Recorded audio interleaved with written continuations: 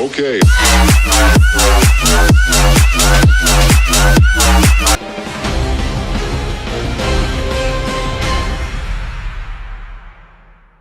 नमस्कार, Dane news देख रहे हैं आप और आपके साथ मैं हूं तनु। खबरों को जानने से पहले आइए एक नजर डालते हैं आज की सुर्खियों पर।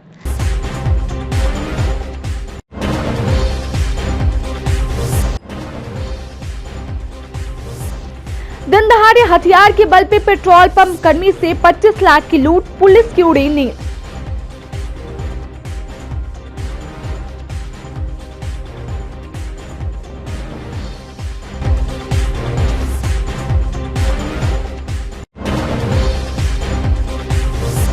अहियापुर में ऑटो चालक की गोली मारकर हत्या, परिवार में मचा कोहराम।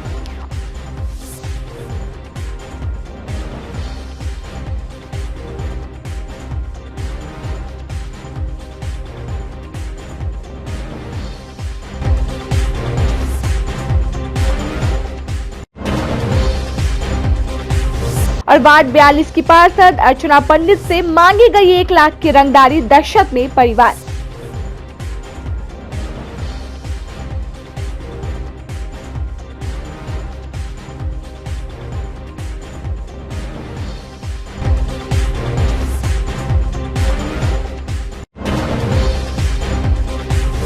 तो ये थी सुर्खियां और अब खबरें विस्तार से। मुजफ्फरपुर में लगातार हत्याओं के बाद एक बार फिर अपराधियों ने पुलिस को खुली चुनौती देते हुए पेट्रोल पंप कर्मी से 25 लाख रुपए लूट लिया। घटना सदर थाना इलाके के दिघरा पुल की है, जहां सोमवार की शाम अपराधियों ने रिलायंस पेट्रोल पंप के मैनेजर को टारगेट कर 25 लाख रुपए लूट लिए। बाइक सवार 2 अपराधियों ने पिस्टल के बल पे वारदात को अंजाम दिया, फिर बाइक घुमाकर मनियारी की तरफ भाग निकले। बड़ी रकम लूटने की सूचना पे पुलिस महकमे में हड़कंप मच गया। पुलिस इस मामले को गोपनीय तरीके से सुलझाने में जुट गई है। घटना की सूचना पे टाउन डीएसपी राम नरेश पासवान भी पहुंचे। पीड़ित मैनेजर नीरज कुमार ने बताया कि वो 2017 से काजींडा स्थित रिलायंस पेट्रोल पंप पे मैनेजर के पद पे काम करते हैं। सोमवार को स्टाफ वीरेंद्र के साथ स्कूटी से पंप का 25 लाख रुपया खबड़ा स्थित पीएनबी ब्रांच में जमा करने जा रहे थे। जैसे ही वो दिघरा नहर के समीप पहुंचे, पीछे से बाइक सवार 2 अपराधी बाइक से स्कूटी में टक्कर मार दिया, जिससे वो और स्टाफ गिर गए। एक अपराधी ने पिस्टल निकाला, गाली देते हुए रुपए के बारे में पूछा, फिर स्कूटी के आगे रखी बैग पे उसकी नजर गई। बैग लेकर चेन खोला, देखा कि उसमें रुपए हैं। इसके बाद दोनों अपराधी बाइक घुमाकर वापस मनियारी की तरफ भाग गए। इसकी सूचना उन्होंने पंप संचालक को दी। मैनेजर ने बताया कि दोनों अपराधी हाई स्पीड बाइक से थे। कौन सी बाइक थी वो देख नहीं सके। दोनों ने चेहरे पे गमछा से ढक रखा था, सिर्फ आंखें दिख रही थी। दोनों हिंदी और स्थानीय बोलचाल की भाषा बोल रहे थे। उन दोनों के पास पिस्टल था। उसकी उम्र 25 से 30 वर्ष के बीच बताई गई है। बाइक पे नंबर नहीं होने की बात मैनेजर ने कही। पुलिस दिघरा से लेकर काजींडा तक दुकानों और टोल प्लाजा पे लगे सीसीटीवी फुटेज को खंगाल रही है। बाइक सवार अपराधियों को भागते हुए फुटेज में देखा गया है, लेकिन चेहरा ढका होने से पहचान नहीं हो पाई है। संदेह के आधार पर पुलिस सकरा और मनियारी इलाके में ताबड़तोड़ छापेमारी कर रही है। कब की बोली है? पंप पर से निकले थे पैसा लेके। यही पुल पे जो सो पीछे से 2 बाइक सवार आके और बाइक को गिरा दिया और पैसा लेके भाग गया। अच्छा, कितने की संख्या में थे? 2। क्या बोला? बस कुछ में पिस्टल गिरा के पैसा ले लिया और भाग गया। कितना पैसा था? 25। क्या 25? 25 लाख। कहाँ लेके जा रहे थे? पीएनबी खबरा जमा करने जी। कहाँ पे? खबरा से। क्या फायरिंग भी किया है? नहीं, फायरिंग नहीं किया था, दिखा रहा था लेकिन किया नहीं। कौन से पेट्रोल पंप से आए थे? यही आए काजींडा रिलायंस पेट्रोल पंप से। अच्छा, साथ में कौन थे आपके? एक और स्टाफ था। क्या नाम है उसका? वीरेंद्र। क्या कुछ घटना हुई है सर?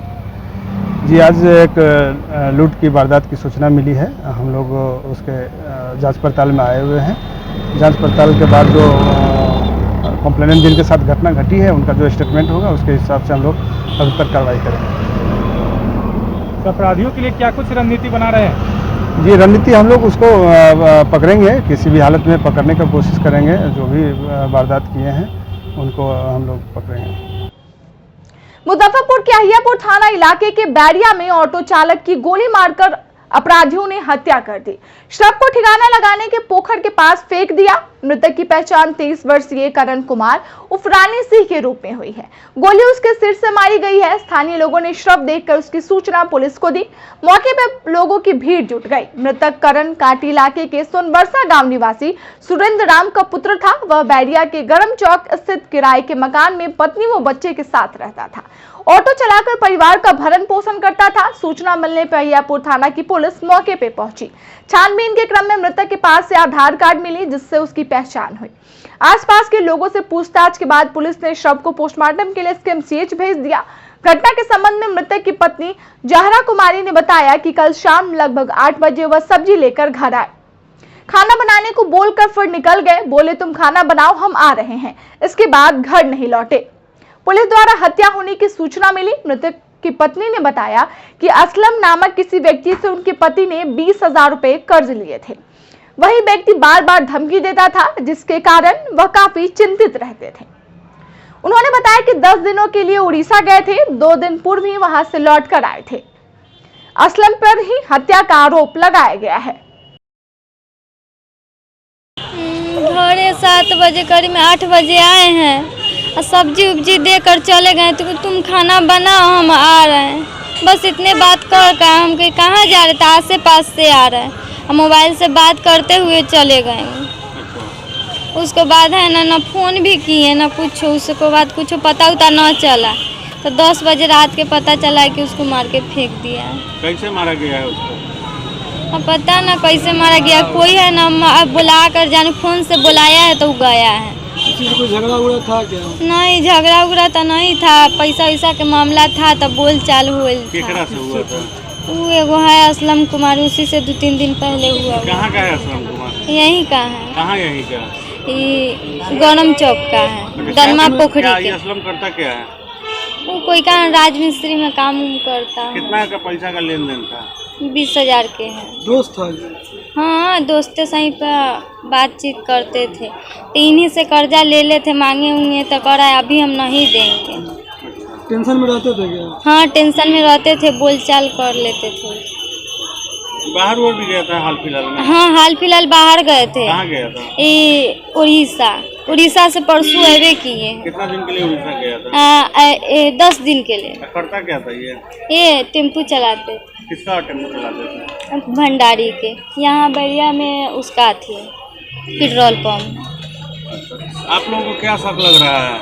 किस पे शक लग रहा है कि कौन लोग हत्या कर सकते हैं? हमको शौक लगता है कि असलम कुमार वो बार बार धीराता था कि हम उसको मार देंगे। वो बार बार हमसे पैसा मांगते तो किसी हाँ धमकी उनकी देता था। अब पैसा मांगने जाते थे, दूसर कोई के चढ़ा देता था कि ये हम ना तोरा गाड़ी दिया, ऐसे वैसे बहुत ऐसा बात कहता था। दूसरा कोई से झगड़ा लगा। हाँ, उसी पर लग रहा है। गोली मार करते किया गया? हाँ, कहाँ गोली दिमाग में है। नहीं, हमें तो पता नहीं चला, इसलिए कि हम तो घर पर लापरवाही आदमी हैं। थाने वाले गए तो बोले कि से अहियापुर में लाश फेंका हुआ है। से सुरेंद्र नाम आपका नाम है, बेटा का नाम है क्या? तो हम कहिए करण कुमार। तो लाश अथी में गए हैं, मेडिकल में गया है। से आपको बच्चा से भेंट करना होगा तो भेंट कर लीजिएगा। वहाँ गए हैं। इसके आगे हम आगे नहीं कुछ बोले और नहीं जानते हुए थे। हमारा बाल बच्चा था तो ननिहाल में रहते थे, डेरा उड़ा लेके टेम्पू भी चलाते थे। उठे वो मियाँ बीवी रहते थे और कुछ विशेष तो हम नहीं जानते। देखे हैं बॉडी लाश देखे हैं? नहीं, अभी तो हम लाश नहीं देखे हैं। लगते से हम नहीं। अभी क्या बता रहे हैं कैसे हत्या किया गया है? सुने हुए हैं कि गोली मारे हुआ है। कहाँ गोली मारे हुआ है? अभी गोली कहाँ कनपट्टा में मारे हुआ है कि अपने नज़र से तो नहीं देखे हैं। लोग कहते हैं कनपट्टा में गोली मारे हुआ है। कहाँ से बरामद किया गया? अभी हमरा भी पता भी नहीं है। घटना के पीछे कारण क्या हो सकता है? चूंकि आप गार्जियन है। 6 number road green house Gandhinagar. क्या शक लग रहा है आप लोगों को? हम शक क्या देखे तो हम तो कुछ नहीं शक समझ रहे हैं कि क्या शक है नहीं शक है। उसका फैमिली जानेगी, बीवी जानेगी से क्या। किसी से विवाद वगैरह था क्या? नहीं, किसी से तो नो विवाद नहीं करता था। वो अच्छा, कमाता था, खाता था, फैमिली के लिए क्या था? करता था। क्या वो टेम्पू चलाता था, नहीं टेम्पू मिलता था तो रंग पेंट के काम करता था। हाल फिलहाल में कहीं बाहर उभर गया था? ये नहीं, तो घर यहीं पे ही था। आगे आप पिता हैं, क्या चाह रहे हैं? क्या अन्याय हम देखना चाहते हैं कि अन्याय गरीब को क्या होता है, यही अन्याय देख सकते हैं। सजा होना चाहिए, उस पर पहुँच सरकार को देखा जाए कि गरीब को साथ क्या अन्याय होता है। रहते कहाँ थे यहाँ शहर में? बैरिया में रहता था, शहर में अपना ननिहाल के पास भी रहता था, एगो डेरा लेकर पूरा अपना फैमिली के साथ। मुजफ्फरपुर का चर्चित पान मसाला कारोबारी गोविंद ड्रोलिया हत्याकांड का पड़ोसी दुकानदार एवं लाइनर राहुल कुमार और हथियार देने वाले विश्वजीत से पूरे घटना का सीन को रिक्रिएट करवाया गया। सोमवार की शाम नगर थाने की पुलिस ने दोनों को बीबी कॉलेजिएट से लेकर जवाहरलाल रोड और तिलक मैदान स्थित कुर्मी टोला घटनास्थल के पास पैदल घुमाकर घटना को कैसे अंजाम दिया, इसकी पूरी जानकारी ली। पूछताछ के बाद गोविंद के पड़ोसी दुकानदार राहुल कुमार और हथियार सप्लाई करने वाले विश्वजीत को पुलिस ने न्यायिक हिरासत में भेज दिया है। वहीं राहुल का रिश्तेदार शूटर सुमित का इलाज एसकेएमसीएच में चल रहा है। पुलिस मुठभेड़ में शूटर सुमित के पैर में गोली लगी थी। पुलिस का कहना है कि तीनों को स्पीडी ट्रायल चलाकर जल्द ही सजा दिलवाई जाएगी। तिलक मैदान के बीबी कॉलेजिएट मैदान में पुलिस पर मुठभेड़ में पुलिस के साथ मुठभेड़ हुआ था, जिसमें एक कैदी को गोली लगी हुई है जो जेल में है, अथी में हॉस्पिटल में है जी, समझे। और 2 आदमी को हम लोग उपस्थापन है तो न्यायालय में लाए हैं। दोनों का क्या नाम है? नाम क्या है दोनों का? एक का नाम जो अभी जेल जा रहा है विश्वजीत और एक का नाम है राहुल। दोनों जेल जा रहा है? हाँ, ये जेल जा रहा है, वो बाद में जेल जाएगा। मुजफ्फरपुर शहर के वार्ड नंबर 42 की पार्षद अर्चना पंडित से रविवार की देर शाम कॉल कर रंगदारी देने की धमकी दी गई। कॉल करने वाले ने 1 लाख रुपए रंगदारी देने को कहा कि अगर रंगदारी नहीं दोगी तो गोली मार कर हत्या कर दी जाएगी। कॉल आने के बाद से वार्ड पार्षद समेत उनका पूरा परिवार दहशत में है। मामले को गंभीरता से देखते हुए थाना में एफआईआर दर्ज कराई है। शहर के कालीबाड़ी रोड स्थित 3 पोखरिया निवासी वार्ड पार्षद अर्चना पंडित का कहना है कि शाम में हरिसभा चौक के पास मार्केट में पति शशिभूषण पंडित के साथ थी। उसी समय मोबाइल पे एक अनजान नंबर से कॉल आया। कॉल करने वाले ने कहा कि अविलंब 1 लाख रुपए का इंतजाम कर लो अगर जान की सलामती चाहते हो तो। उन्होंने झट से मोबाइल अपने पति को पकड़ा दी। उन्होंने कॉल काट दिया। इसके बाद ट्रू कॉलर पे नंबर डालकर चेक किया गया, लेकिन उसमें कोई भी नाम नहीं दिखाई दे रहा है। पुलिस ने जब संबंधित अपराधी के नंबर पे कॉल किया तो नंबर नहीं लगा। पूरा परिवार दहशत में डूबा हुआ है। जेल के ठीक पीछे वार्ड पार्षद का घर है। पुलिस से सुरक्षा की मांग करते हुए अविलंब नंबर और धमकी देने वाले का पता लगाकर कार्रवाई की मांग की है। कल मैं शाम में अपने हस्बैंड के साथ में मार्केट निकली थी।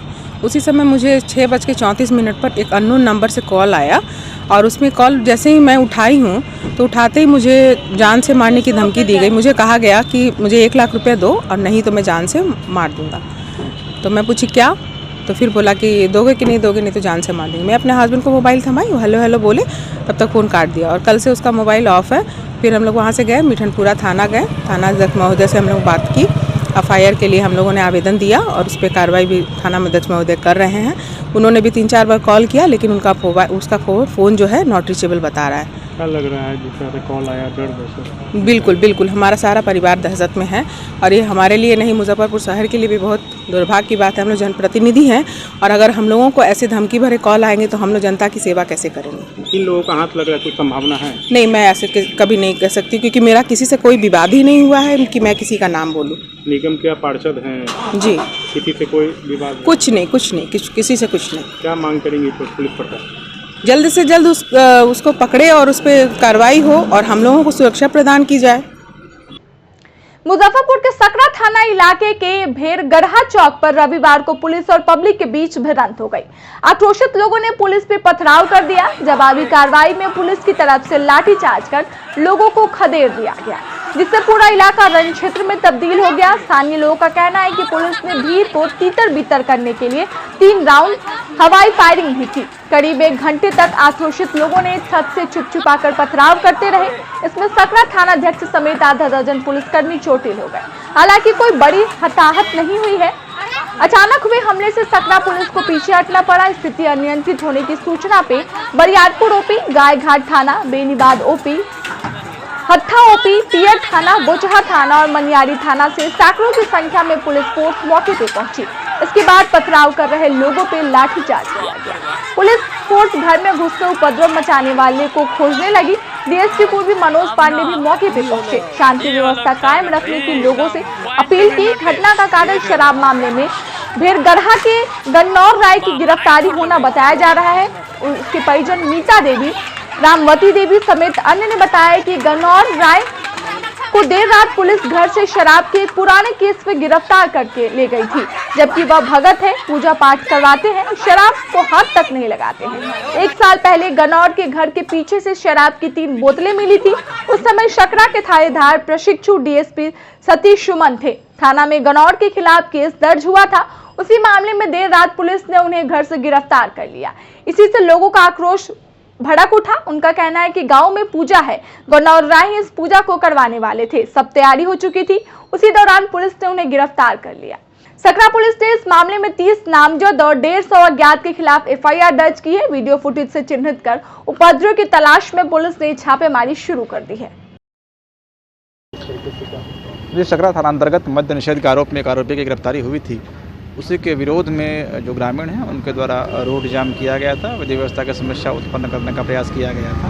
कुल मिलाकर यही मामला है। जमकर पत्थरबाजी हुई है सर, यहाँ पर कई पुलिसकर्मी भी चोटिल हुए हैं, तो हाँ, हम ऐसे में आगे क्या कुछ करेंगे? जी बिल्कुल, जैसा कि मैंने कहा कि चूँकि विधि व्यवस्था की समस्या उत्पन्न हुई है तो डेफिनेटली प्राथमिकी दर्ज करने के उपरांत जो अग्रतर विधिसम्मत कार्रवाई है वो हम लोग फॉलो करेंगे। कहा जा रहा है कि जो गिरफ्तारी हुई गलत तरीके से हुई है, इसलिए वो लोग नाराज हैं। नहीं, बिल्कुल मद्य निषेध के आरोप में गिरफ्तारी हुई है। मद्य निषेध का उनके ऊपर आरोप है, शराब की बोतलें मिली हैं, ऐसे में गिरफ्तारी बिल्कुल जायज है।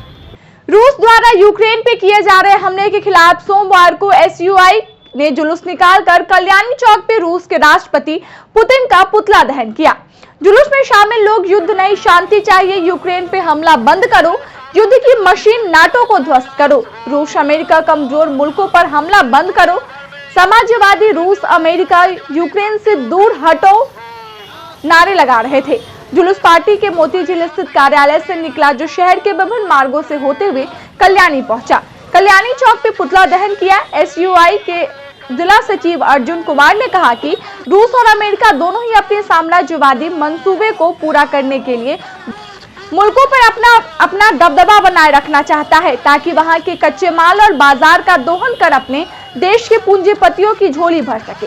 मौके पे पार्टी के जिला कमेटी सदस्य मोहम्मद इदरीश, विपिन कुमार ठाकुर, शिव कुमार यादव सहित दर्जनों लोग मौजूद रहे।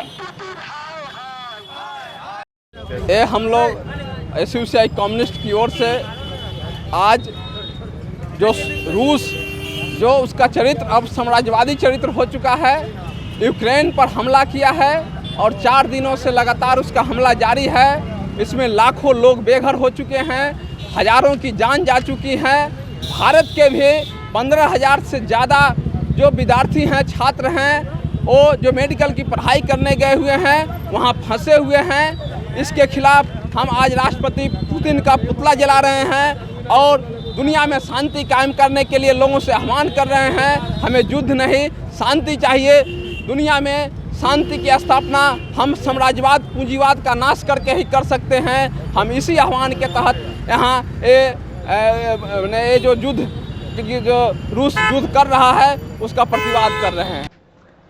सोमवार को जन अधिकारी छात्र परिषद और युवा परिषद के संयुक्त तत्वाधान में यूक्रेन में फंसे भारतीय छात्रों पर हिंसा के खिलाफ प्रधानमंत्री नरेंद्र मोदी का पुतला दहन किया गया। छात्र परिषद के जिला अध्यक्ष सुल्तान अली ने कहा कि यूक्रेन में फंसे हुए 27,000 छात्रों को जल्द से जल्द भारत लाया जाए, अन्यथा उग्र आंदोलन किया जाएगा। मौके पर युवा जिला अध्यक्ष रवि रंजन कुमार, जाबाज आलम सहित दर्जनों सदस्य मौजूद रहे। छात्रों पर हो रहे हमले एवं वहाँ फंसे हुए छात्रों को अगर सरकार जल्द से जल्द सुरक्षित तरीके से अगर वापस नहीं लाती है तो जन अधिकार पार्टी के तरफ से इससे बड़ा मुहिम चलाया जाएगा और इससे बड़ा आंदोलन किया जाएगा। आज पूरे बिहार में जन अधिकार पार्टी लोकतांत्रिक के तरफ से नरेंद्र मोदी जी का पुतला दहन किया जा रहा है। यूक्रेन में फंसे छात्र पर जिस तरह से हमला हुआ जा रहा है वहाँ के प्रशासन के द्वारा और किस तरह से वहाँ पर मारा जा रहा है, इसको लेकर आज नरेंद्र मोदी जी जी का पुतला दहन किया गया है। और हमारी मांग है, जन अधिकार पार्टी की मांग है कि जल्द से जल्द उन छात्रों को लाया जाए, और नहीं लाते हैं तो 1 हफ्ता के अंदर में पूरे बिहार में हमारे उग्र आंदोलन किया जाएगा। समस्तीपुर जिले के कल्याणपुर थाना क्षेत्र में 16 फरवरी को हुए जदयू नेता मोहम्मद खलील आलम रिजवी की निर्मम हत्या के विरोध में इंसाफ मंच और भाकपा माले ने संयुक्त तौर पर राज्यव्यापी न्याय मार्च के तहत मुजफ्फरपुर में भी पक्कीसराय चौक से कल्याणी तक न्याय मार्च निकाला। मंच के बिहार के राज्य प्रवक्ता असलम रहमानी ने कहा कि मोहम्मद खलील रिजवी के हत्यारे को स्पीडी डायल चलाकर अविलंब सजा दी जाए और इन अपराधियों को संपूर्ण आपराधिक उन्मादी गतिविधियों की समग्र जांच हो। मौके पे मंच के उपाध्यक्ष आफ्ताब आलम, माले के जिला कमेटी सदस्य परशुराम पाठक सहित दर्जनों लोग मौजूद रहे। आप मंच के बैनर तले पूरे बिहार में राज्यव्यापी न्याय मार्च निकाला गया है। न्याय मार्च का मकसद ये है कि आप लोग जानते हैं कि बिहार के समस्तीपुर जिला के मुसरीघरारी थाना के रुपौली गांव में 16 फरवरी को जदयू के एक नेता, बिहार के शिक्षा मंत्री विजय चौधरी के एक बहुत ही करीबी खलील रिजवी का अपहरण होता है। 17 तारीख को पता चलता है कि खलील रिजवी की हत्या कर दी गई है। मुसरीघरारी के गांव में खलील रिजवी का लाश बरामद होता है। लाश को वासुदेव चवर में 5 फीट गड्ढा खोद कर दफन कर दिया गया था। और 21 फरवरी को सोशल मीडिया पर एक वीडियो वायरल होता है, जिस वीडियो से ये पता चलता है कि बिहार के शिक्षा मंत्री विजय चौधरी के कुछ गुंडे जो उनके टुकड़े पे पलते हैं, उन गुंडों ने खलील रिजवी का अपहरण किया था। और इस वीडियो से पता चलता है कि उन गुंडों ने खलील रिजवी को पहले बहुत बुरी तरीके से पीटा। खलील रिजवी को गाय के नाम पर उन जालिम दरिंदों ने, गुंडे और भेड़ियों ने पीट कर पहले उसके जिस्म को लहूलुहान कर दिया, फिर उसको जिंदा जलाया गया। जिंदा जलाकर उसको दफन कर दिया गया। लेकिन शर्म की बात है कि बिहार की नीतीश कुमार कहती है कि बिहार में सेकुलर सरकार है, लेकिन नीतीश कुमार के दबाव में, नीतीश कुमार के प्रेशर में समस्तीपुर का प्रशासन कहता है कि ये खलील रिजवी की हत्या एक समान हत्या है, इसका धार्मिक एंगल नहीं है, बल्कि ये एक साजिश है कि खलील रिजवी के हत्यारों को बचाया जा रहा है। इस बार महाशिवरात्रि पे गोला रोड स्थित श्री राम भजन आश्रम से 52वें वर्ष भगवान शिव की बारात शोभा यात्रा निकाली जाएगी, जिसमें श्रद्धालु 12 फीट ऊंचे रथ पर विराजमान भगवान शिव और माता पार्वती का दर्शन करेंगे। इसके पीछे शोभा यात्रा में विघ्नहर्ता गणेश अपनी सवारी मूसक पे सवार नजर आएंगे। शिव बारात में आगे आगे 1 दर्जन घुड़सवार शोभा यात्रा का मार्गदर्शन करेंगे। इसके अलावा दर्जनों सुसज्जित रथ पर विभिन्न देवी देवताओं की भव्य प्रतिमा विराजमान रहेगी। बैंड बाजे के साथ सैकड़ों की संख्या में भगवान शिव के गण के रूप में भूत पिशाच शामिल रहेंगे। उधर शहर में 60 से अधिक स्थानों पर शिव बारात शोभा यात्रा की स्वागत की तैयारी है। महाशिवरात्रि शोभा यात्रा के संयोजक केदार प्रसाद ने बताया कि बाबा गरीबनाथ की कृपा से महाशिवरात्रि के महोत्सव पर हर वर्ष की भांति इस वर्ष भी महाशिवरात्रि झांकी शोभा यात्रा निकाली जाएगी, जिसकी भव्यता देखते ही बनेगी। वही एसडीओ पूर्वी ज्ञान प्रकाश ने बताया कि कल की झांकी शोभा यात्रा को लेकर गरीब स्थान मंदिर में भीड़ की संभावनाओं को लेकर बैरिकेडिंग और सुरक्षा व्यवस्था चाक चौबंद कर दी गई है।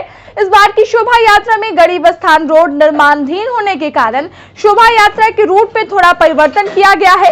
इस बार बाबा गरीबनाथ की बारात गोला रोड स्थित श्री राम भजन आश्रम से निकलकर शोभा यात्रा गोला दुर्गा मंदिर के रास्ते ब्राह्मण टोली, सोनरपट्टी, पुरानी बाजार, छोटी कल्याणी, हरिसभा चौक, कल्याणी, मोती झील, धर्मशाला, संतोषी माता मंदिर, इस्लामपुर, सूतापट्टी, सरैयागंज व छाता बाजार के रास्ते दलदली बाजार होते हुए बाबा गरीबनाथ के दरबार पहुंचेगी, जिसे लेकर स्थानीय वार्ड पार्षद केपी पप्पू ने बताया कि सड़क निर्माणाधीन होने के कारण श्रद्धालुओं के लिए छाता बाजार चौक से एंट्री कराई जाएगी। वहीं गरीबनाथ मंदिर के पुजारी अभिषेक पाठक ने बताया कि शिवरात्रि को लेकर मंदिर प्रबंधन की ओर से तमाम तैयारियां की जा चुकी है। सेवा दल के सदस्यों के द्वारा भीड़ को नियंत्रण किया जाएगा।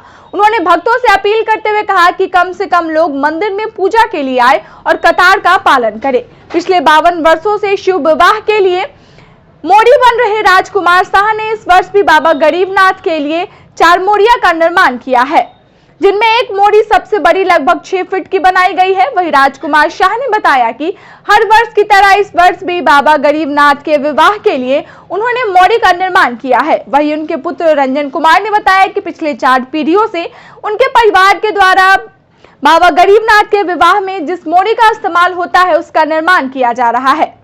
इस परंपरा की शुरुआत 52 वर्ष पूर्व उनके परदादा फग्गू लाल शाह ने किया था। उसके बाद उनके दादा राम नारायण शाह ने इस परंपरा को आगे बढ़ाया। इस बार राजकुमार शाह जो उनके पिता है, उन्होंने अपने 3 पुत्रों के साथ 4 मोड़िया का निर्माण किया है। वहीं रंजन कुमार ने बताया कि आगे भी अपने दोनों छोटे भाइयों के साथ इस परंपरा का निर्वहन करते रहेंगे। देखिए, कल महाशिवरात्रि के लिए बाबा का पूरा मंदिर सजा के और स्वयं सेवक हमारे पूरे तैनात रहेंगे। और तैयारी की रही बात, तो तैयारी हम लोग जैसे हर साल की तरह इस साल भी किए हैं। भीड़ का कोई ठीक नहीं रहता कब बढ़ जाए। ऐसे लोगों से हम लोग शुरू से मीडिया, सोशल मीडिया से अनुरोध करते आ रहे हैं कि जितना कम से कम हो लोग मंदिर में आवे, चाहे सार्वजनिक स्थान पर भीड़ लगावे। इस महामारी, कोरोना महामारी को देखते हुए घर में ही पूजा करें। भगवान दिल में है, हृदय में है, वहीं से भगवान को याद करें। और बाबा गरीबनाथ तो हर जगह सब पे इनका कृपा बना रहा है। लेकिन उसके बावजूद भी हम लोगों ने अपना तैयारी मुस्तैदी से कर ली है। और पुलिस प्रशासन का भी सेवा है पूरा से, और हमारे स्वयं सेवक भी लगभग 5 से 6 स्वयं सेवक रहेंगे। विभिन्न प्रकार से सेवा दल रहेंगे, जैसे महाकाल सेवा दल हो गए, रुद्र सेवा दल हो गया, और भी सेवा दल के लोग रहेंगे। सभी लोग मिला के हम लोग 5 जी शिव बारात का जो हम लोगों का है वो टाइमिंग चेंज हो गया है इस बार दिन के 11 बजे हम लोग शिव बारात कर दिए हैं। एक्चुअली होता क्या है कि रास्ते में रात हो जाने के बाद थोड़ा सा लाइट की कमी होने के बाद लफुआई ज़्यादा होने लगता है, जिस कारण से महिला बहुत ज़्यादा रहती है बारात में, जिस कारण से टाइमिंग हम लोग दिन के 11 बजे कर दिए है। और सूर्य अस्त से पहले बाबा का दरवाज़ा लग जाएगा। क्या रूट बड़े गाड़ियों के लिए जो ट्रॉली आता था बाजा का, उसके लिए परिवर्तन हुआ है, क्योंकि बाबा सबसे बड़े हैं और बाबा के बिना कुछ नहीं हो सकता। बाबा गरीबनाथ धाम में बाबा के दरबार को यहाँ से जब बाराती निकलेगा, वो बाराती का समय भी फिक्स हो चुका है। 11 बजे के बाद बाराती यहाँ से निकल जाएगी। रथ उनका यहीं पे आएगा, और सिर्फ चूँकि नया रोड नाला ढाला गया है, इस पे अभी जाएगा तो सब बर्बाद हो जाएगा। इसके लिए बाबा के लिए सिर्फ स्पेशली एक रथ उनको जाने के जहाँ पे कलभट है उस जगह पे तख्ता लगा करके सिर्फ उस रथ को पास किया जाएगा। और जितने भी बड़ी गाड़ियाँ हैं, जितने भी और लोग आएंगे, वो सब प्रतिटोला होकर के मक्खन शाह चौक पर फिर ज्वाइन कर लेंगे।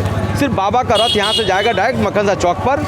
इसमें कहीं कोई बदलाव नहीं हुआ है। शिवरात्रि को लेकर जब जानकारी दी कि शिवरात्रि होगी तब तक काम कंप्लीट क्यों नहीं? पूरा कंप्लीट करने के लिए पूरा जल्दीबाजी किया गया है। उसमें भी कुछ अवरुद्धता आई थी, थोड़ा सा लेट हो गया ढलने में। और ठेकेदार अपने हाथ में नहीं होता है, कारीगर भी अपने हाथ में नहीं होता है। सब प्रयास किया गया कि यहाँ लगन भी बचाना है, यहाँ के समाज के लोगों को देखना है कि भाई इनका दुकानदारी भी हर्जा नहीं हो, बाबा का भी काम हर्जा नहीं हो। इसलिए बाबा के लिए स्पेशली ढाल लिया गया है। बाबा का बारात जाएगा, इसमें कोई आम पब्लिक जो पैदल जाएंगे उनके लिए भी कोई दिक्कत नहीं है। पैदल जाने वाले के लिए रास्ता कल खुलेगा फिर, लेकिन कल के दोपहर के बाद फिर से इसको पुनः बंद कर दिया जाएगा। तो महाशिवरात्रि के बाद जो हम लोग है, जो भी मजिस्ट्रेट है और दंडाधिकारी है, सबकी प्रतिनियुक्ति कर दी गई है, ठीक है। और जो गरीबनाथ मंदिर है वहाँ भीड़ की संभावना को देखते हुए भवन निर्माण प्रमंडल के द्वारा बारकेडिंग भी हम लोग करा दी है। और जस्ट अभी हम और टाउन डीएसपी वहीं पर जा रहे हैं निगरानी करने के लिए, कोई दिक्कत नहीं होगी।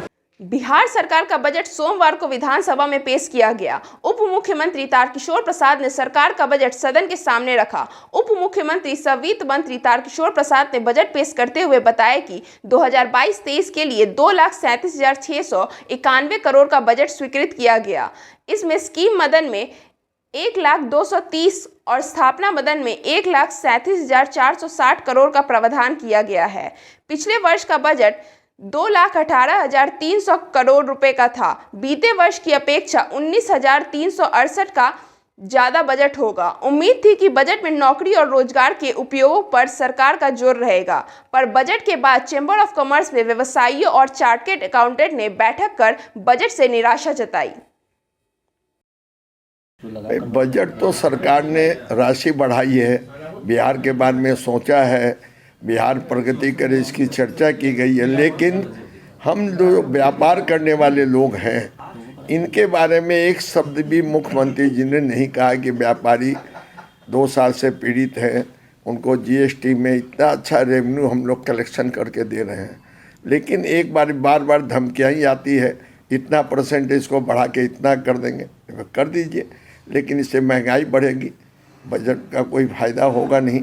इसलिए बजट कुल मिला के ही कहा जाए कि सो जैसा होना चाहिए व्यापारिक दृष्टि से, वैसा बजट ये नहीं। और व्यापारी आशा लगा रहे थे कि 2 साल की हम लोग कोरोना से पीड़ित हैं, सरकार हमारे ऊपर डबल टैक्स लग रही है, एक तरफ पैसा कर लग रहा है, एक तरफ ट्रेड लाइसेंस लग रहा है, और हमको समझ नहीं आ रही कि प्रधानमंत्री जी की वो घोषणा जिसमें उन्होंने कहा 1 नेशन 1 टैक्स, इसका अर्थ आज तक न तो हम समझ पाए न कोई समझा पाया। विभिन्न तरह की टैक्स लगने का अर्थ क्या हुआ 1 नेशन 1 टैक्स? तो हम देख रहे हैं कि सरकार ने भी इस पर चर्चा नहीं की है, जबकि व्यापारी एक बहुत बड़ी रेवेन्यू देने की संस्था है और बगल का राज्य यूपी है, वहाँ के मुख्यमंत्री चुनाव में हर बात में व्यापारी का पलायन, व्यापारियों का टैक्सेशन, व्यापारियों की सुरक्षा हर समय लेते हैं। हमारे मुख्यमंत्री जो हैं क्यों नहीं व्यापारी को क्या समझते हैं कि व्यापारी कोई बैंक वोट तो है नहीं, समझे ना, व्यापारी जाएंगे कहाँ। वित्त मंत्री ने अपना बिहार का बजट पेश किया।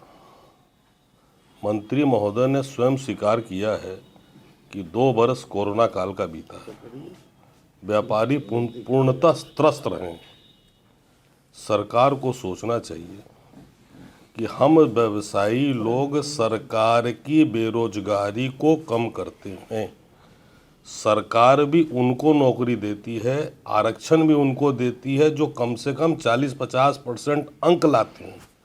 हमारे यहाँ जितने भी कर्मचारी हैं वो सब बिना पढ़े लिखे हैं, हम उनके परिवार की चिंता करते हैं। सरकार को हमारी कतई चिंता नहीं है। एक दुकान को प्रमाणित करने के लिए हमें 2 प्रकार का टैक्स देना पड़ता है। दूसरी बात, सरकार जब बोलती है कि हमने जीएसटी लगा दिया, 1 नेशन 1 टैक्स है, तो फिर इस प्रकार की नाना प्रकार के टैक्स, सारा पैसा ही जो कमाएं वो सारा टैक्स में ले लीजिए। फिर ऐसे ही जो अराजकता बढ़ेगी उसका जिम्मेवार सरकार हो। बजट में ऐसे तो बिहार सरकार में वित्त मंत्री ने बहुत ज़्यादा कुछ नहीं बताया है, मगर कुछ चीज़ें जो मैं उसमें बताना चाह रहा था, जो चाह रहा था कि बिहार सरकार इस पे कुछ बोलती, वित्त मंत्री इस पे कुछ बताते। जैसे 2-3 चीज़ें जो अभी हमने देखा है कि एक महाराष्ट्र में अभी एक स्टेट गवर्नमेंट ने अपने जीएसटी में एक सर्कुलर इशू किया है, जिस सर्कुलर के तहत उन्होंने पुरानी बहुत तरह की जो दिक्कतें थी उसको दूर करने की कोशिश की है। जो सर्कुलर इशू होता है वो सर्कुलर बेसिकली स्टेट के ऑफिशियल्स के लिए इशू होता है। वो व्यापारीगण को किस तरीके से स्टेट ऑफिशियल्स बेनिफिट करा सके, इसके लिए बहुत वो सर्कुलर इशू होता है। वैसे ही कोई एक सर्कुलर हम लोग एक्सपेक्ट कर रहे हैं कि बिहार सरकार द्वारा भी जीएसटी के लिए इशू किए जाए, जिसमें 16(4) के जो नियम में बहुत सारी दिक्कतें थी उसको रिजॉल्व किया जाए। जीएसटीआर 3B 2A में जो दिक्कतें उसको रिजॉल्व किया जाए। जो अभी हम लोग देख रहे हैं कि अभी सेंट्रल टैक्स और स्टेट टैक्स में बिना सोचे समझे 2A और 3B के मिसमैच पे सभी लोगों को टैक्स लगाया जा रहा है। उस पे अभी एक for an example Maharashtra state government ने जिस ढंग से इशू किया है, उसी के तहत उनको ये करना चाहिए कि जैसे महाराष्ट्र स्टेट गवर्नमेंट ने सर्कुलर इशू किया है कि अगर किसी का भी 2.5 लाख रुपए से ज़्यादा का मिसमैच है तो वो एक CA से सर्टिफिकेशन लेके और जो भी मिसमैच है उसको कंफर्म कर दें और उनका जो मिसमैच है उसको डिपार्टमेंट एक्सेप्ट कर लेगी। मोतीपुर नटका मठिया गांव के पास बूढ़ी गंडक नदी किनारे हो रहे कटवा रोधी निर्माण कार्य को लेकर ग्रामीणों में जबरदस्त आक्रोश है। सोमवार को लोगों ने कार्य रुकवाकर मजदूरों को खदेड़ दिया। ग्रामीणों का आरोप है कि करोड़ों की लागत से होने वाले कार्य में कोई पारदर्शिता नहीं है। कार्यस्थल पर योजना का नाम और राशि लिखा बोर्ड भी नहीं लगाया गया है। ग्रामीणों का यह भी आरोप है कि विभागीय अधिकारियों से मिलीभगत कर सरकारी राशि का बड़े पैमाने पर बंटाबार किया जा रहा है। बोरे में बालू भरने के बजाय मिट्टी भरकर रखा जा रहा है। स्थानीय नंदलाल कुशवाहा अरुण कुमार ने कहा कि कटरा मठिया गांव से जिंगहा बघमड़वा स्थल तक कुछ 850 मीटर दूरी तक बोरे में बालू भरकर कटवा रोधी कार्य करना है, लेकिन ठेकेदार द्वारा मानक को ताक पर रखकर मनमाने तरीके से कार्य किया जा रहा है। ये माटी भरा जा रहा है जहाँ बालू भरना था वहाँ माटी का ढेला भरा जा रहा है। जब हम कल यहाँ काम कराने वाले से कहे तो कहे कि आप हम लिखित शिकायत कीजिए, लिखित हमको दीजिए कि हाँ हम काम बंद करा है, आप पैसा इसका लेबर का निर्माण कीजिए, नहीं तो आप पर कार्रवाई करेंगे ना। यहाँ 500 घर से ऊपर ढह चुका है यही खराब काम के वजह से। इस पर हम लोगों ने पूरा गांव समाज मिल करके और काम करने के लिए विधायक जी से, एमपी से, जिला परिषद से, बहुत जे इंजीनियर सबको बुला करके दहाड़ के समय में पास करवाए। आज बालू की जगह ये मिट्टी भरा जा रहा है। देखिए ये ढेला भरा जा रहा है। इससे क्या सुरक्षा मिलेगा हम लोग को? यहाँ स्टेट ट्यूबवेल है, हाई स्कूल है, मिडिल स्कूल है, घना गांव है, घना बस्ती है, हॉस्पिटल है, पंचायत सरकार भवन है। इसके पहले जो काम हुआ था वो किस तरह का काम हुआ था? इसके पहले जो रघुवंश बाबू काम कराए थे 10-12 साल पहले, वो बहुत ही अच्छा तरह से काम हुआ था। मानक की अथी के साथ। लगभग कितने साल चला वो काम? वो लगभग 10-12 साल तक ले सुरक्षित रखा, जो कि उसमें बालू भरा गया था। अगर आपकी बात नहीं सुनी जाती है तो आपका अगला कदम क्या होगा? मेरा अगला कदम होगा, मैं आगे डीएम साहब के पास जाऊंगा, लिखित शिकायत करूंगा, आगे बढ़ूंगा। यहाँ से नहीं होगा, मैं मुख्यमंत्री तक ले जाऊंगा। था उसमें इस बोरी में रेत भरा हुआ है, वो आज भी बोरी सुरक्षित है। लेकिन आज के डेट में जो वर्क हो रहा है, ना तो एस्टीमेट के हिसाब से बोरी में मिट्टी भरा जा रहा है, जो आप लोग देखे भी है और आगे भी देख रहे हैं। इस तरीके ना ये कटाव रुकेगा, ना ये कुछ होगा। तो हम लोग सुरक्षा के लिए ये करने दे रहे हैं। तो हम लोग को बालू चाहिए। बोरी देखा जाए, ये बोरी अभी तक स्थिर है, जबकि आपके द्वारा वहाँ पिक्चर लिया गया है, वो बोरी आज ही मिट्टी गलगल करके गल रहा है। वो क्या रोकेगा हम लोग? ये झूठ मूठ का लूट कॉर्पोरेशन है क्या? सही ढंग से एस्टीमेट के हिसाब से यहाँ के इंजीनियर जो है वो काम करावे। हम लोगों का इतना ही मात्र डिमांड है। आप लोग जब मांग कर रहे हैं तो वो लोग क्या बोल रहे हैं? वो लोग बोल रहा है कि कुछ नहीं, कल भी काम रोका गया, अपने मन से फिर काम शुरू। कुछ सुनने के लिए वो लोग तैयार ही नहीं। ना तो यहाँ पर साइड पे इंजीनियर आ रहे हैं, वो ठेकेदार नहीं आ रहा, मुंशी है, लेबर है। लेबर क्या करेगा? आपका क्या परिचय हुआ? मेरा नाम अशोक कुमार सिंह हुआ, मेरा घर नकटा हुआ। ये जो बन रहा है, ये इसके बगल में मेरा जमीन है, मेरे ही जमीन से ये शुरू है। प्रखंड आपूर्ति पदाधिकारी कटरा के विरोध में fair price dealers association Muzaffarpur की ओर से सोमवार को खुदीराम बोस स्मारक स्थल से जुलूस निकाल समाहरणालय परिसर में कटरा के प्रखंड आपूर्ति पदाधिकारी का पुतला दहन किया गया। एसोसिएशन के सदस्यों ने कहा कि कटरा के प्रखंड आपूर्ति पदाधिकारी के द्वारा प्रखंड के जन वितरण विक्रेता जगदीश मांझी को जाति सूचक एवं अभद्र व्यवहार किया गया, जिसके विरोध में प्रखंड आपूर्ति पदाधिकारी का पुतला दहन किया गया और जिलाधिकारी से मांग किया गया है कि इसकी जांच कराकर आपूर्ति पदाधिकारी को बर्खास्त किया जाए, साथ ही निलंबित मांगों को जल्द से जल्द पूरा किया जाए। हम लोगों का ये PMGKY का खाद्यान्न गवर्नमेंट ने बंटवा लिया हम लोगों से, और आज तक उसका कोई कमीशन हम लोगों को नहीं था। इसी तरह से पिछले नवंबर माह में बहुत सारे लोगों को PMGKY का खाद्यान्न नहीं मिला, जो खाद्यान्न का कोई अता पता नहीं है। डीलर बदनाम जाकर के होते हैं, और सरकार के जो पदाधिकारीगण हैं या सरकार की जो रवैया है, ये हम लोगों के बिल्कुल विरुद्ध है। दूसरी बात, जो इस कोरोना काल में जब सरकार के द्वारा ये कहा गया था जो सब कोई नाक बंद करके रहेगा, दूरी बना के रहेगा, उस क्रम में हम लोगों को जो है सो भीड़ में मरने के लिए छोड़ दिया गया। हमारे बहुत सारे विक्रेता मर भी गए। सारी सरकार दूसरे राज्यों की जो है तो कहीं 50 लाख रुपया, कहीं 25 लाख रुपया, कहीं 10 लाख रुपया हम लोगों को अनुदान के रूप में हमारे परिवार को दिया, लेकिन यहाँ की सरकार कुछ नहीं सुनी है। बिल्कुल संवेदनशील सरकार है। और आज जो हम लोगों की दशा है, जो हम एक न्यूनतम मजदूरी से भी अलग हैं और सरकार हमें बदनाम कर रही है, तो हमारा कहना ये है, जो हम लोग जो पूर्व से भी मांग करते आ रहे हैं, उस मांग पर सरकार ध्यान दे, और खास करके यहाँ डीएम साहब जो इनके स्तर का है, इस पर ये ध्यान दे करके उसका समाधान करावे।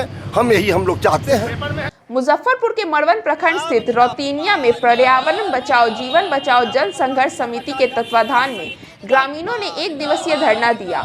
जिला परिषद सदस्य आफिस इकबाल ने कहा कि ट्रांसपोर्ट नगर खोलने के लिए जमीन पर गैर तरीके से पूरा मुजफ्फरपुर का कचरा यहां फेंका जा रहा है।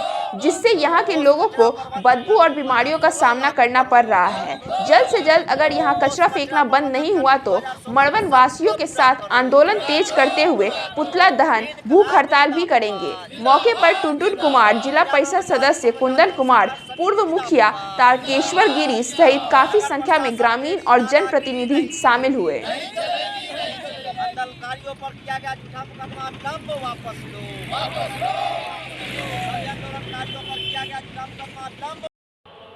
आज हम लोग मुजफ्फरपुर जिला के मड़वन प्रखंड के रतोनिया में एक दिवसीय धरना पर बैठे हुए हैं, क्योंकि यहाँ पर जिले के तमाम जगह का कचरा यहाँ लाकर फेंका जा रहा है, जिससे मड़वन प्रखंड के वासियों को बदबू एवं बड़ी बीमारियों का सामना करना पड़ रहा है। जल्द से जल्द यहाँ पर कचरा फेंकना बंद नहीं होगा तो मैं पूरे मड़वन प्रखंड के वासियों के साथ यहाँ अपनी आंदोलन को तेज करते हुए पुतला दहन, भूख हड़ताल भी करने को तैयार।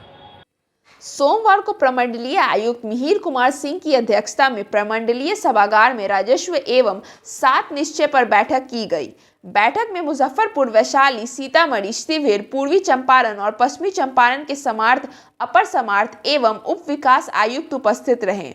बैठक में ऑनलाइन दाखिल खाजिन में वित्तीय वर्ष 2020-21 मुजफ्फरपुर में कुल प्राप्त आवेदन 3,91,105 के विरुद्ध निष्पादन 79.12%, वैशाली में 2,19,193 आवेदनों के विरुद्ध निष्पादन 86.2%, सीतामढ़ी में 3,93,131 आवेदनों के विरुद्ध निष्पादन 80.6%, शिविर में 86,538 के विरुद्ध निष्पादन 86.31%, पूर्वी चंपारण 3,88,674 के विरुद्ध निष्पादन 88.5%, वहीं पश्चिम चंपारण में 2,88,339 के विरुद्ध निष्पादन 78.2% रहा है। वहीं परिमार्जन की समीक्षा के क्रम में पाया गया कि निष्पादन की दृष्टि से मुजफ्फरपुर 95.16% के साथ अव्वल रहा है, जबकि 83.18% के साथ शिविर अंतिम स्थान पर रहा है। बैठक में सभी 6 जिलों के जिलाधिकारी, उप विकास आयुक्त, अपर समार्थ आयुक्त के सचिव वरुण कुमार मिश्रा एवं उप निर्देशक जनसंपर्क कमल सिंह उपस्थित रहे। बैठक प्रमंडलीय आयुक्त मिहिर कुमार सिंह की अध्यक्षता में प्रमंडलीय सभागार में आहूत की गई। यह बैठक प्रमंडल स्तरीय राजस्व और 7 निश्चय जैसे विषय पर एक महत्वपूर्ण बैठक आयोजित की गई, जिसमें प्रमंडल के सभी जिले के जिलाधिकारी, अपर समाहर्ता और उप विकास आयुक्त उपस्थित थे।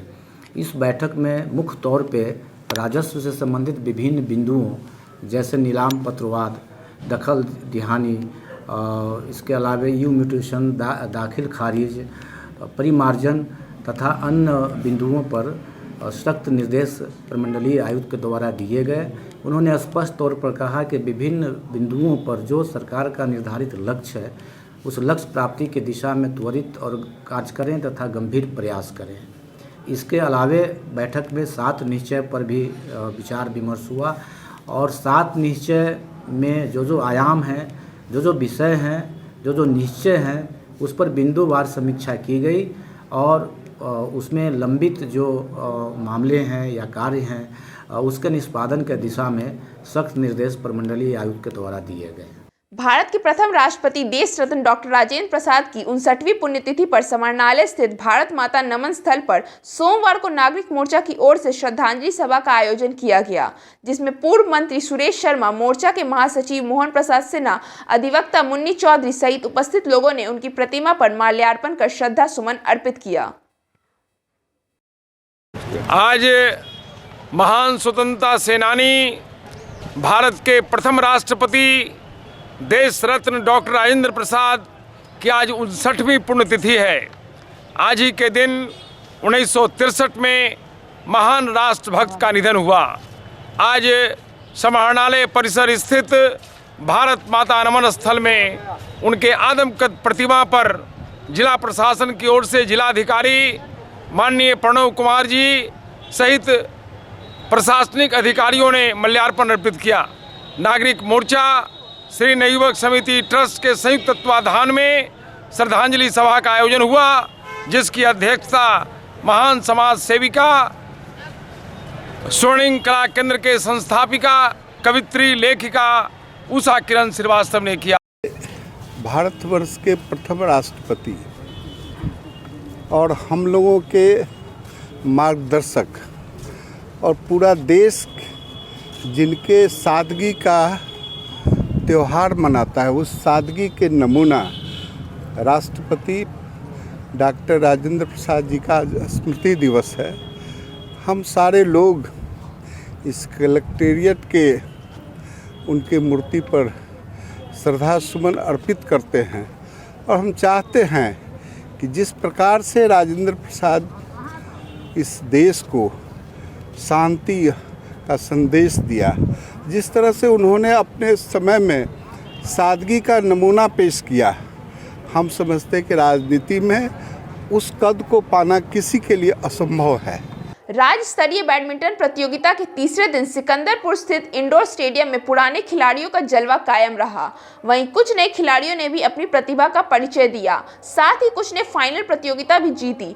अंडर 14 के डबल मुकाबले में भोजपुर की वर्षा और भावना की जोड़ी ने कटिहार की सौम्या और कत्यायनी की जोड़ी को हराकर खिताब अपने नाम किया।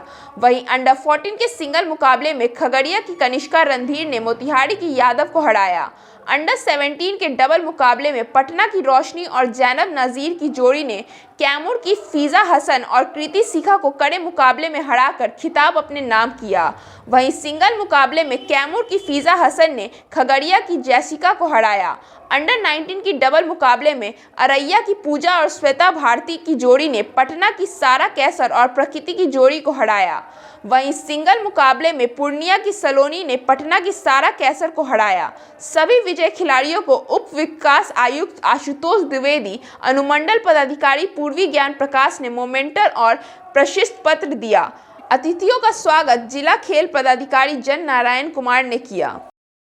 3 दिनों से मुजफ्फरपुर जिला में राज्य स्तरीय अंतर जिला बालिका बैडमिंटन टूर्नामेंट का आयोजन किया गया, जिसमें अंडर 14, अंडर 17 और अंडर 19 गर्ल्स का सिंगल्स और डबल्स के मैचेस हुए और काफ़ी अच्छे तरीके से ये पूरी प्रतियोगिता 3 दिनों में जो निश्चित समय निर्धारित किया गया था विभाग के द्वारा, उसमें संपन्न की गई। लगभग 337 प्रतिभागियों 38 जिलों और जो एकलव्य अकेडमी से उन्होंने इसमें भाग लिया और सभी बच्चों ने बहुत उत्साहपूर्वक भाग लिया। उनके स्टे वगैरह का भी अरेंजमेंट अच्छा था और बच्चे काफ़ी खुश थे।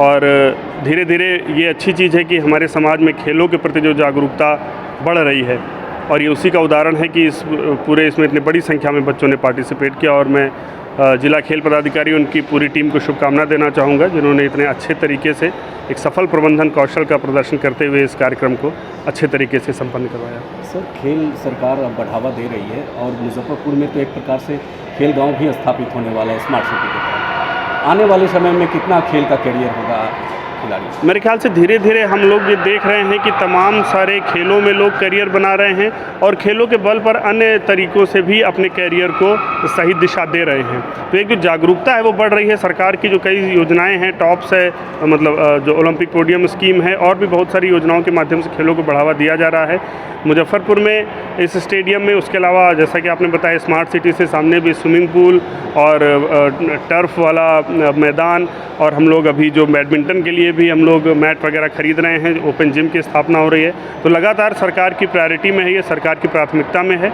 और लोगों में भी चूँकि जागरूकता बढ़ रही है तो निश्चित रूप से आने वाले समय में बिहार में और पूरे भारत में खेलों का भविष्य निश्चित रूप। सोमवार को अखंड भारत पुरोहित महासभा और मोहल्ले वासियों के सहयोग से नीम चौक बेला स्थित पंचमुखी हनुमान दुर्गा मंदिर में महाशिवरात्रि के पूर्व संध्या पर जगत कल्याण महामारी से रक्षा एवं सनातन धर्म रक्षा हेतु 24 घंटे का संगीत में संगीतर्ण अष्टयाम का आयोजन किया गया, जिसका अगले दिन यानी 1 मार्च महाशिवरात्रि के पावन अवसर पर समापन होगा। मौके पर महासभा के अध्यक्ष पंडित हरिशंकर पाठक, मंदिर के प्रधान पुजारी आचार्य नीलमणि पाठक, आचार्य चंद्रमणि पाठक सहित काफी संख्या में मोहल्ले वासी मौजूद रहे।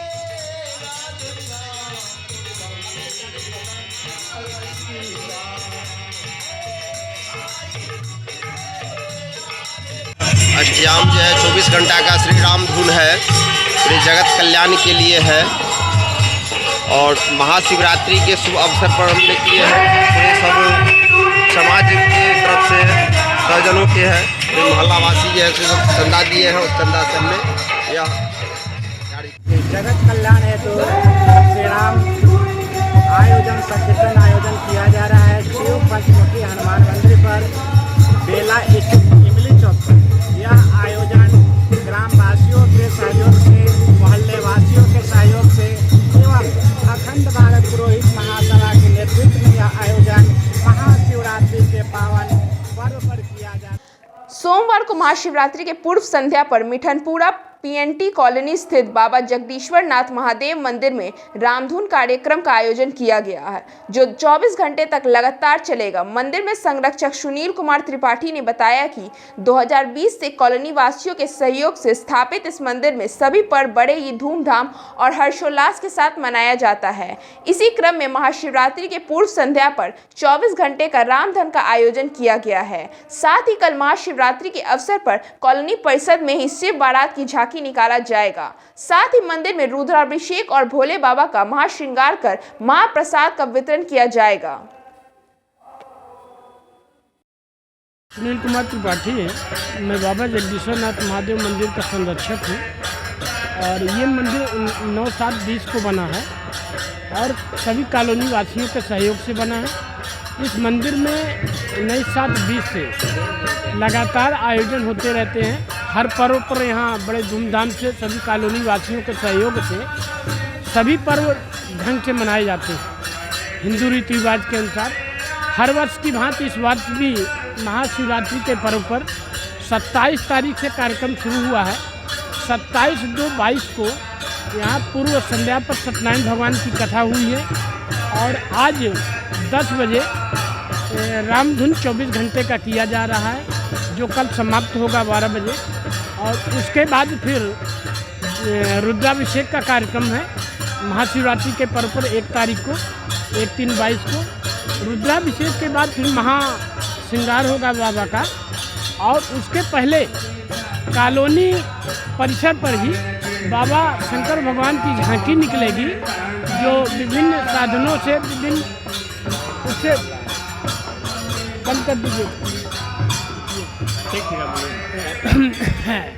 झांकी निकलेगी जो केवल कॉलोनी परिसर में घूमेगी। उसके बाद फिर महाश्रृंगार होगा बाबा का और 7 बजे जो है जो दैनिक आरती होती है उसके साथ बाबा की आरती होती है बाबा जगदीश्वरनाथ महादेव मंदिर में। और वो आरती होने के बाद फिर महाप्रसाद का वितरण होगा कल 7:40 पर।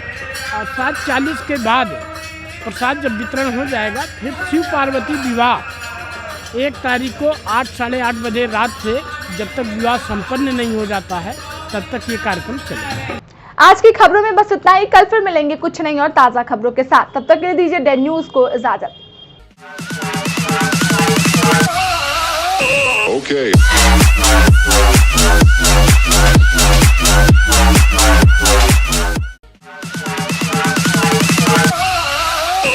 Okay.